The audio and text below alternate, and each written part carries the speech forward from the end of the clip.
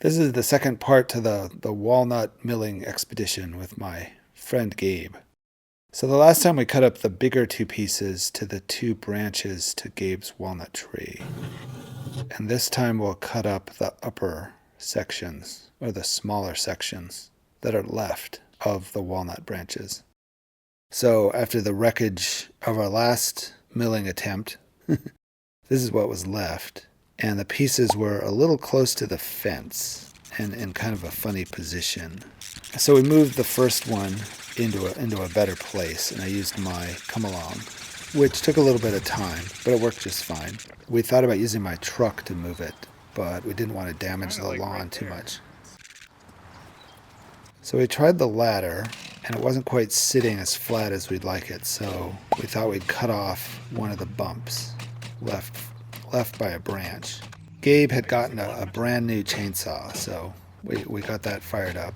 It took a little bit to get it going, but it worked just fine.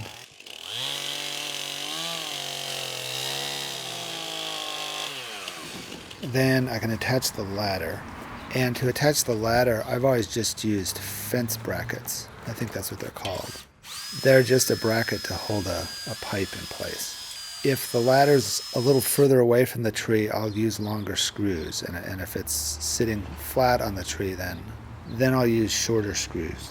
So the screws need to be long enough to hold the ladder in place, but not so long that I hit them with the chainsaw, because that would dull the blade really quickly.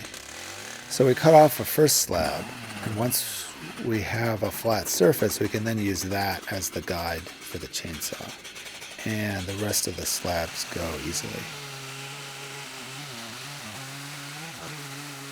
Besides pulling the chainsaw along, we're also adding wedges in the cut to help hold up the slab so it's not pushing on the back side of the blade, which will slow the saw down. It'll still work, you want all the power going to the cutting side of the blade and not getting pinched on that back side.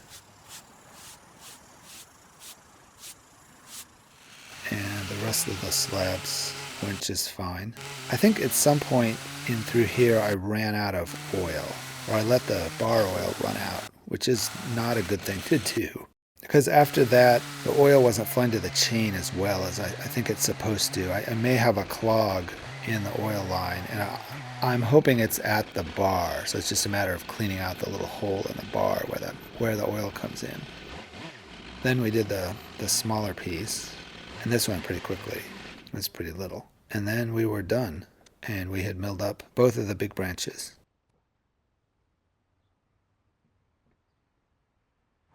So we loaded up the truck. Now one of the slabs was just like an inch or maybe 2 inches too long. Just barely wouldn't let me close the gate on the truck. So we cut off just a little bit of one of the slabs, just so it would fit in the truck. And once we had that done, we could load up the rest of the stuff. This is where it'd be nice to have a trailer for the wood, then put the equipment in the truck. But this seems to work. Then I could drive home, and it was a beautiful, clear day.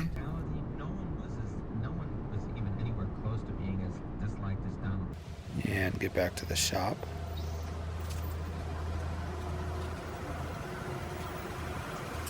And unload the wood.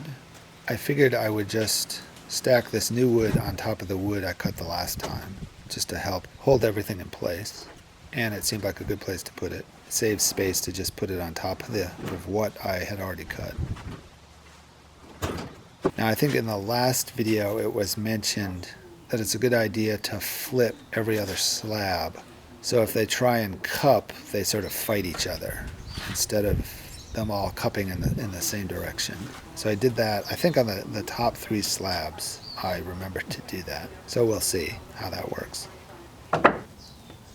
And I put end grain sealer on.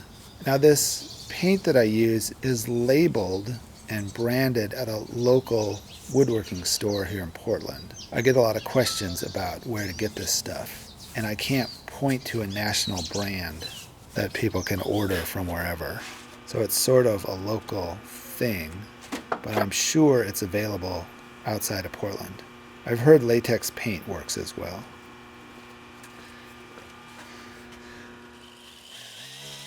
on the end of the slabs, the heel, I guess you'd call it, there was this one fairly big piece.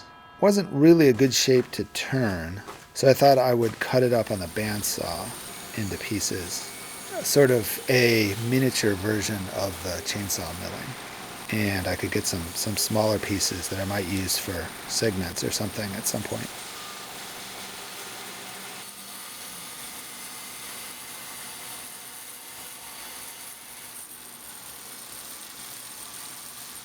And I can stack those up and just let them dry in a corner of the shop.